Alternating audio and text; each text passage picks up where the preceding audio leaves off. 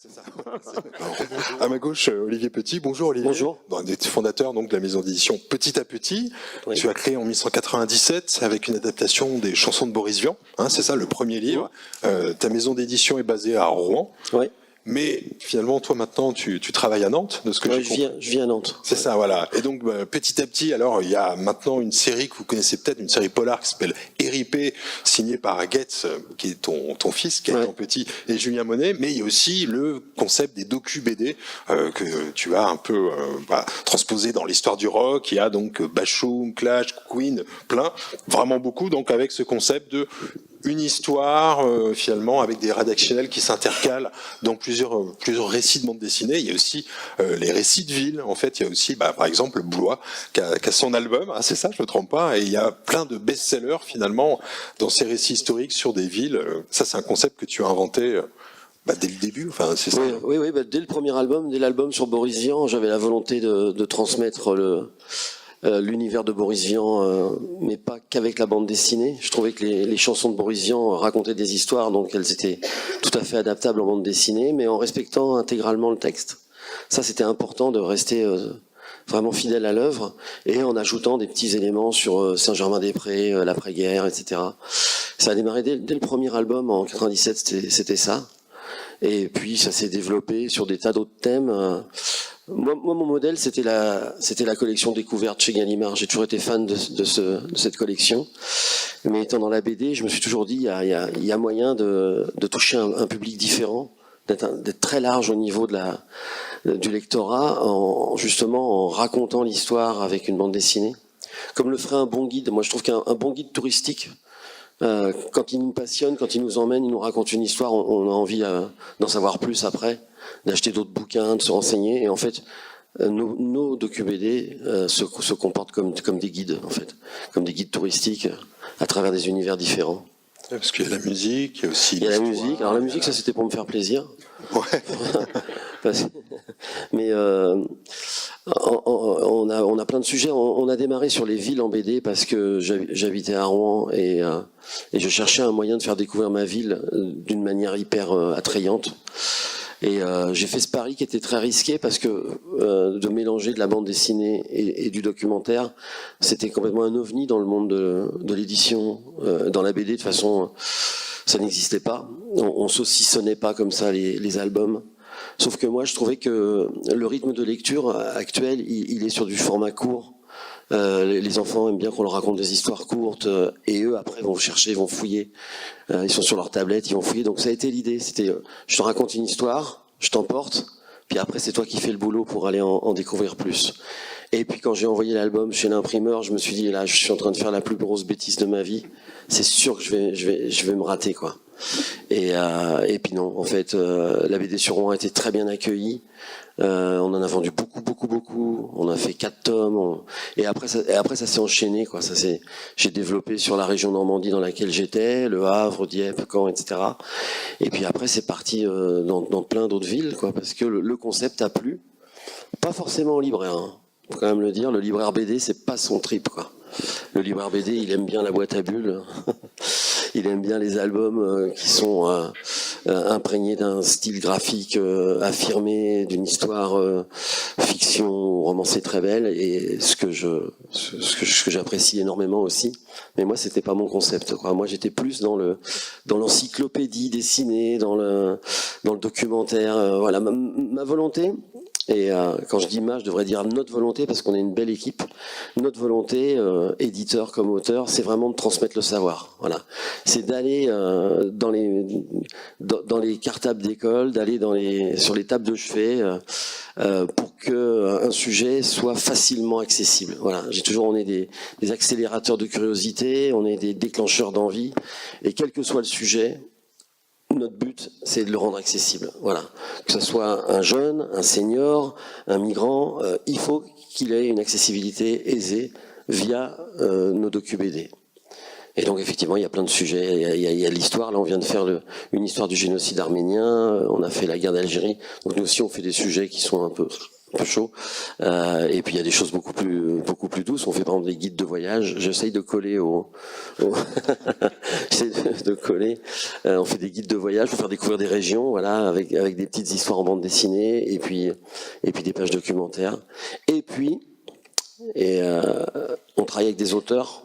Souvent, on va les chercher dans les régions parce qu'on n'est pas des mercenaires qui amenons notre équipe. On travaille avec les locaux, on les encadre, on les accompagne, on les aide, on les finance.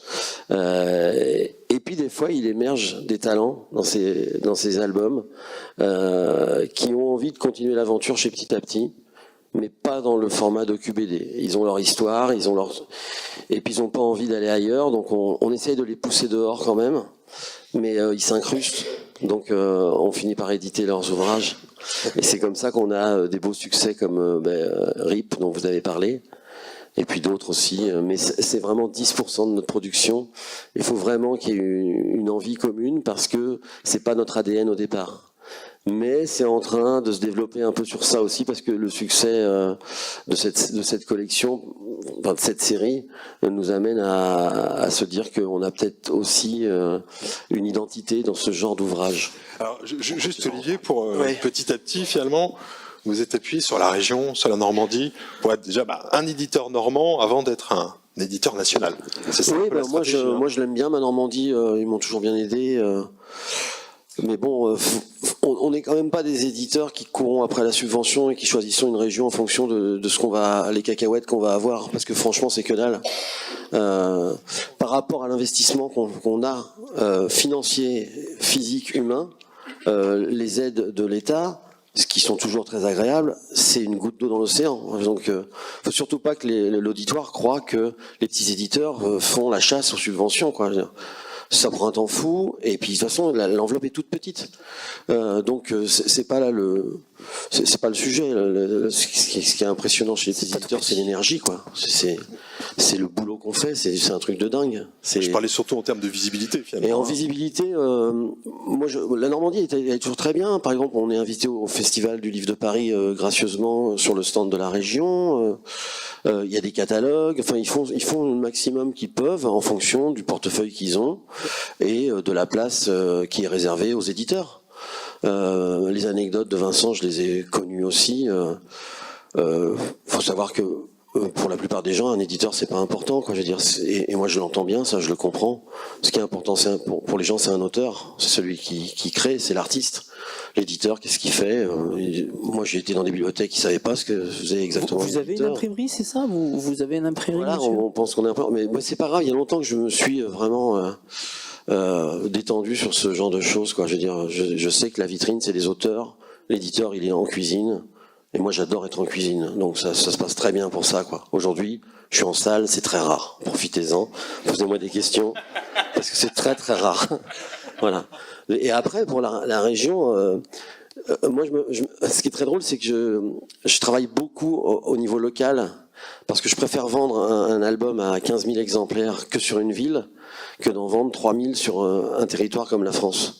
J'ai fait ce choix, je préfère mettre toute l'énergie de mon équipe au niveau de la communication, de la promotion sur un territoire serré, faire du bénéfice et pouvoir développer d'autres titres dans d'autres régions. Voilà, les grosses maisons d'édition peuvent pas faire ça.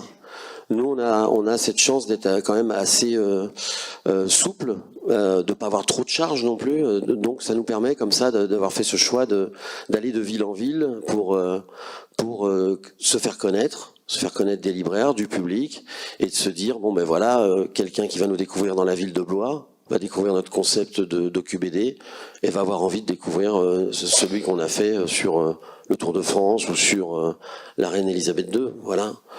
C'est vraiment notre bâton de pèlerin, c'est découvrir notre concept de docu-BD. Vous allez voir, c'est absolument génial. Commencez par découvrir votre ville et après vous allez découvrir d'autres sujets. Voilà. Donc qu'on soit en Normandie ou ailleurs, c'est le concept qui gagne chez nous et c'est la valorisation des auteurs. Et par téléphone, tu m'as dit quand même que la BD sur Le Mans avait été vendue en exclusivité dans la librairie du Mans, la librairie Bulle, et vous en avez vendu combien? 80 000? C'est indécent de le dire. Bon, allez, soyons décents. Non, c'est pour frimer que je dis ça. Ouais, dans ce qui est intéressant, c'est que des libraires qui au début disaient mais qu'est-ce qu'ils font, c'est bizarre, ça c'est pas vraiment habituel. Maintenant, ils nous disent quand est-ce que tu viens faire notre ville, parce qu'ils ont bien vu que quand les libraires jouaient le jeu, ça cartonnait quoi.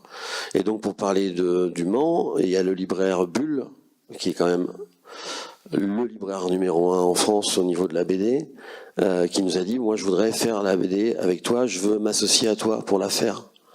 Donc il m'a dit de quelle manière, je dis écoute, la manière va être très simple. T'es le libraire local, tu connais tous les acteurs locaux, tu connais tous les dessinateurs, les auteurs, tu vas t'occuper du casting, puis nous on va s'occuper du reste. Et il a voulu avoir l'exclusivité, ce qui a pu être négocié avec notre diffuseur-distributeur. Et il a vendu donc le tome 1 à 18 000 exemplaires, le tome 2 à 15 000, le tome 3 à 12 000. Et on est encore en train de faire d'autres ouvrages avec lui. On en fait un qui sort la semaine prochaine, qui est l'histoire de l'abbaye de l'Épau. Je sais pas si vous connaissez l'abbaye de l'Épau, mais franchement, faut y aller. C'est magnifique. Non, mais c'est vraiment, je suis pas en train de plaisanter là, même si je plaisante beaucoup. L'abbaye de l'Épau, c'est vraiment magnifique. C'est un lieu formidable, hein. Et en ce moment, il faut y aller parce que à partir de dimanche, il y a une superbe expo interactive au sein de l'abbaye. Et on a fait, nous, la bande dessinée. Et dimanche, il y a les auteurs qui dédicacent. Et l'expo, elle va durer jusqu'au 13 mars. Donc, vous n'êtes pas obligé d'y aller dimanche, vous pouvez rester ici. Il faut vraiment y aller. Et donc là, il s'est associé avec nous à nouveau pour ça.